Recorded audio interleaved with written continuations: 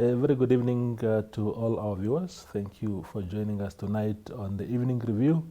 My name is Toiwan Jabela, your host. Tonight on the show we are joined by Reverend Christopher Gaya. He is Bishop of the Methodist Church of Southern Africa, the Namibian district, and he is here to help us understand why his church decided and urged its members, as a matter of fact, not to be involved in demonstrations planned for tomorrow against the Supreme Court ruling on same-sex marriages.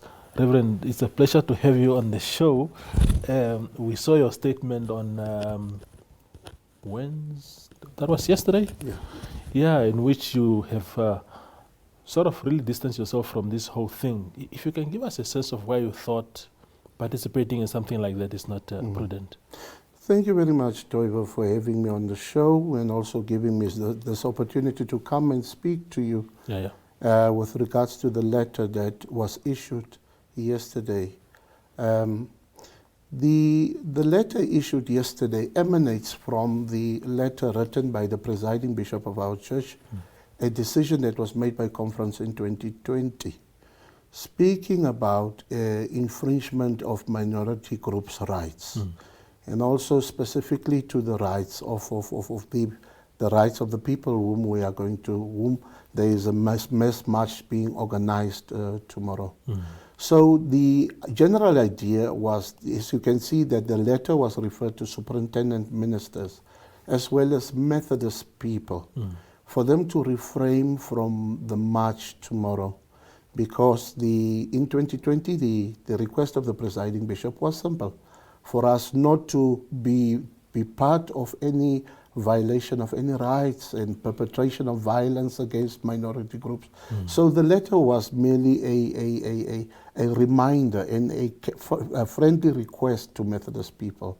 However, knowing that the church is not at liberty to infringe on the rights of its members, not to join the march, but knowing that we've made the statement ahead of time, informing people that whenever they march, they should not march with the name of the Methodist Church, simply because the church has already taken a stance on this matter. Those that are marching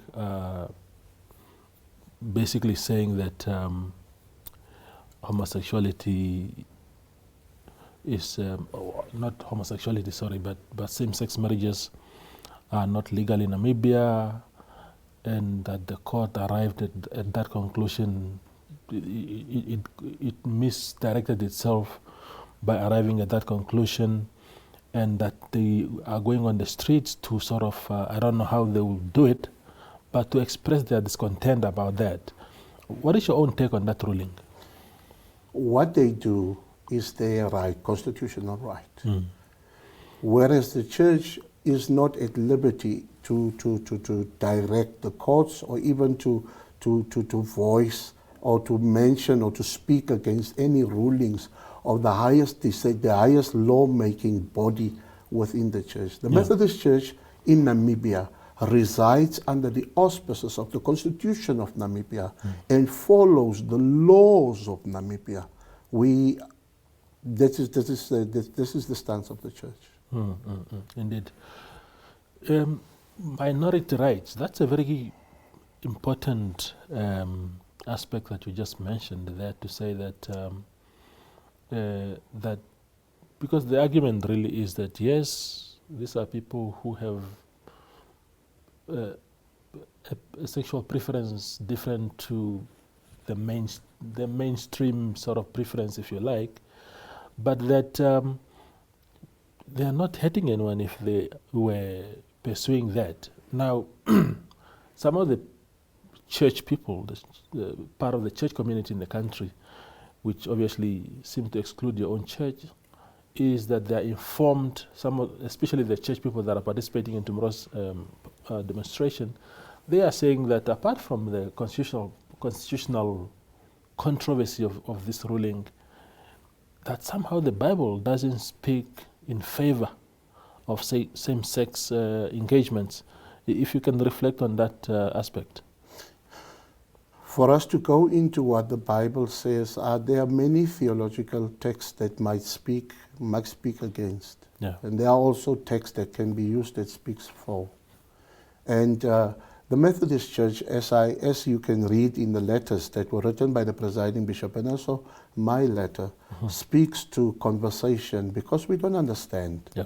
And the most important thing, or as a community, as an oikos of Christ, it is important for us to listen to one another. If we can come to a place where we can speak around the table, and come to an understanding of where these people come from, and also hear where the church is coming from, it would be a very safe place for us within, wherever we are. Yeah, yeah. And I assume every church in the country that, or every congregation where you have mass attendance of people, that the likelihood of having homosexual and gay people in that crowd is very, very high. So it's almost like it's inevitable that you will have a person like that in the midst. How do you treat people like that in your church, just as a general acceptance? Our Lord Jesus Christ says, love one another as I have loved you, so that all may know that you are my disciples. That we treat each other in love. Irrespective of what their orientations are. Yeah, yeah. We love one another because that is what we have been instructed to do. The beautiful thing of the Methodist Church is that our rule of life is first, do no harm. Yeah. And so it doesn't matter where you are, doesn't matter what your creed is, tradition, origin, orientation, first, do no harm. There are those who say that they do not have a problem with same-sex associations between individuals, that they will not rally, they will not go on the streets to toy in favor of that, but they will tolerate those that are involved in that. Your church, is it, which of the two speaks more to your church? Is it to say, look, allow people be who they are, or is it actually that you are prepared to go out of your way to sort of speak for them? It is not just to speak for them, Toivo. It is to speak for every marginalized group within our church, whoever they are. That the general consensus or the clear understanding of this is that the church is the voice of the voiceless, and speaks where there are, even where there are injustices. So it's not just for the LGBTQ plus community, but it's for every person who finds themselves in a position where they need their church to speak on their behalf. And when you have that very clear position on an issue like that, like you just articulated it, but you're making that pronouncement in a very in a community where the overwhelming view seemed to be the opposite. People thinking it's not it's an un-Namibian issue, and it's a very un-African issue. How do you, as a church, because you command a lot of influence, how do you deal with the fact that the majority seem to think otherwise? I mean, how do you use your influence to maybe perhaps make people understand things better? I won't say it's about using influence. The first thing, as I've said and alluded to, is that the fact of accepting people as they are. That is a general idea, and the general work of the church is to accept people as they are. Also mentioning this and reiterating this is that it comes with different aspects. Aspects of human rights and so on. And what I want to make clear is that the Methodist Church resides in the borders of Namibia and adheres to the constitution and the laws of Namibia, working within the confines of those laws and the constitution of Namibia, journeying with people so that people can be more understanding of others in the koinonia of God, and working towards an eschatological understanding that we are here. They are here. They are in our homes. They are in our communities. They are in the church. They are in the street. So it's our people that what we need to do is to understand them, and they need to understand us. Yeah. So you spoke about the constitution, which is very important. Some people would argue that because we seem to have some sort of contradiction, because the Supreme Court seemed to have relied on the Constitution, which calls for equality of all Namibians, but the law itself says same-sex marriages, for example, is illegal. Do you think it will help also if our lawmakers can streamline the Constitution and the law so that they speak the same language instead of having this apparent contradiction? As I said, speaking from the side of the church, we are not at liberty to prescribe to the country how to decide on their laws. We reside in the country and we abide to the laws of the country as the Methodist Church in Namibia. Let's talk about there's something very revolutionary that I picked up. I don't know whether it was sometimes early this year or late last year, that your church is contemplating or has even resolved actually to preside over same-sex marriages. If members of your congregation were to come and say, we want our marriage to be blessed or whatever, like we do in the heterosexual arrangements, that your church is actually prepared to do that. Did I hear something like that? No, I think that you've heard wrong. Okay. In the letter of 2020 sent to us by the presiding bishop and also supported by conference, the presiding bishop explains within that letter that the church is not yet at that stage where ministers can preside over same-sex marriages. But the church is still working out a theology, as she explains in the letter, and we adhere to those rules. That the church is still in a process of discernment. Wonderful. We go for a very quick break and then I return for the last part of the show. Welcome to What's Cooking, where culinary passion meets expert insights. Somebody must really want to cook and want to cook good food. Immerse yourself in the bustling world of professional kitchens as top chefs create mouthwatering dishes.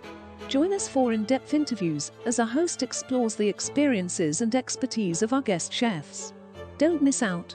Tune in to What's Cooking on NTV every Friday at 2100 hours and let the culinary adventure begin.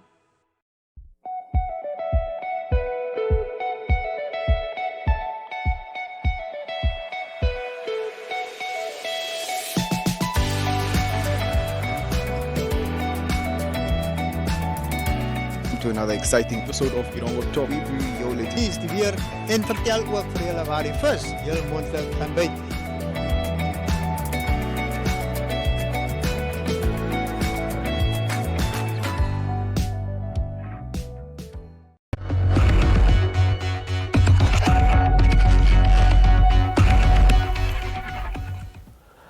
Our conversation with Reverend Gaya continues. Now, Reverend, again, related to the last question I asked before we went on a break, and that is presiding over these marriages. So, if the church sees these minority people in the same light as it sees anybody else, what is taking long? Why can't we just marry people?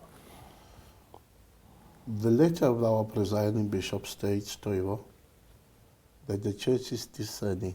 Yeah. And for as much as I do not speak for other churches, Yeah. I speak for the Methodist Church, I do believe that there are processes within all churches whereby certain things, certain matters pertaining to the community, pertaining to ethics, they are given to the church, a certain people in the church, with us within the Doctrine and Ethics Committee, Yeah. who will now look through them and theologize whatever has been given to them to shape and form that, so that when it comes back to the people, people will understand this. So for now, we have been requested, informed that the church is still in a process of discernment, and the church is still looking at this. So we have been informed or instructed by the church not to preside over that, and if so ever, that's where we are. Yeah, yeah. And the fact that because this is the Methodist Church of Southern Africa, I assume it's the church exists or is present in the whole of Southern Africa to a great extent, like South Africa, where Yes. where same-sex marriages are already legal. Yes. Yes. So are we going to see the Namibian district of the church being influenced, for example, from South Africa, where South Africans are saying, look, we do it here, so just do it in Namibia as well? Toivo, as you said, rightfully said, that the Methodist Church exists within Southern Africa, which includes Lesotho, Swaziland, Mozambique, together with us, Namibia as a sovereign state. Now, you must understand that although we are part of the Methodist Church, we are part of the connection within the body of the Methodist Church. Even if a decision should be taken in South Africa that allows this same-sex marriages to take place, we will still not be at liberty to do it in Namibia because we abide according to the rules, the law, and the constitution of the country where we are. And that brings me to my next question, and this is that do you think then, because the church, your church, seemed to be quite open, of course, it's open to the idea, seemingly, except that you are hamstrung by the loss of the land. Do you think that, and also against the background of what you just said earlier, to say, look, the minority groups must be granted the same rights as the majorities. Do you think then that the constitution of the country, again, and I saw you earlier, you said it's not for you to tell what lawmakers must do, but this is your country. You ought to be able to tell lawmakers to say, ideally, do you think that they must then grant full rights to Namibian sexual minorities? Yeah, as you also said, and as I said, we abide to the laws, and also the country has got its processes. And the church cannot jump over those processes whenever such a law needs to be made. So we follow, and we ought to follow the processes of the country. Yeah. For those who are watching tonight, Reverend, and do not know much about the Methodist Church, what is a Methodist Church? How is it different from Catholics, Lutherans, for example? The explanation of the Methodism is within the Oxford Dictionary. If you just something that everybody maybe have where they are, states that the Methodist Church is a movement. The Methodist Church is part of the broader body of Southern Africa, which we call the Connection, and worships the Lord in the same way as it is done right through the connection. So we speak about whatever laws or whatever ways of worshipping, finds itself in a stream, and that's what we call connectionality. It is a connection. It's a connectional church. Also, in this connectional church, the ministers of this connectional church are believed to be, and understandably believed to be, covenanted to the church. For instance, if you go to the bank for a loan, and you come to the Methodist Church and you say that the bank has asked for a letter of employment, that the Methodist Church answer is not that you are employed, but the church says that they only provide a space for you to exercise your calling. So it is a church driven by Scripture. It is a church driven by theology, and is a church held together by an ethos. The Methodist, as I said, one of the statements of our church is the Methodist rule of life, which speaks to first do no harm. Is it a growing movement? Is it a growing church? The Methodist Church has been very old in Namibia, but simply because, I don't know, historically, the Methodist Church finds itself in Namibia in the time of the leader Christian Afrikaner in 1520 or 1530, I'm not sure. The Methodist Church started, or had our first a martyrs in Warmbad, where the church pulled back and later on came back again and proceeded with ministry within Namibia. So it is quite a relevantly old church in Namibia, although it is not as well known as other churches. But speaking about the growth of the church is growing in Namibia, hence the fact that we as Namibians came to a point where we requested the connection to allow us Namibians to govern ourselves under the laws of our country and the constitution of our country.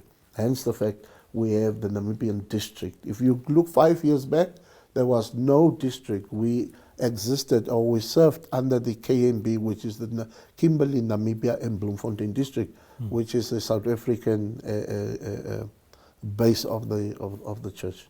So we are now currently in Namibia. We are working as Namibians, shaping and forming our Namibian church in Namibia. Absolutely. Reverend, thank you very much for your time on a very thorny subject. So thank you for showing up and really be brave to at least engage us. Thank you very much, Toivo, for having me and allowing me to come and speak to you. There are many misconceptions in media, in public, and as you know, once something gets into the public domain, it is pulled into different directions. Thank you for allowing me to come and explain just the crux of this matter. Absolutely. What the letter is all about, and the plea of the letter towards Methodist people. May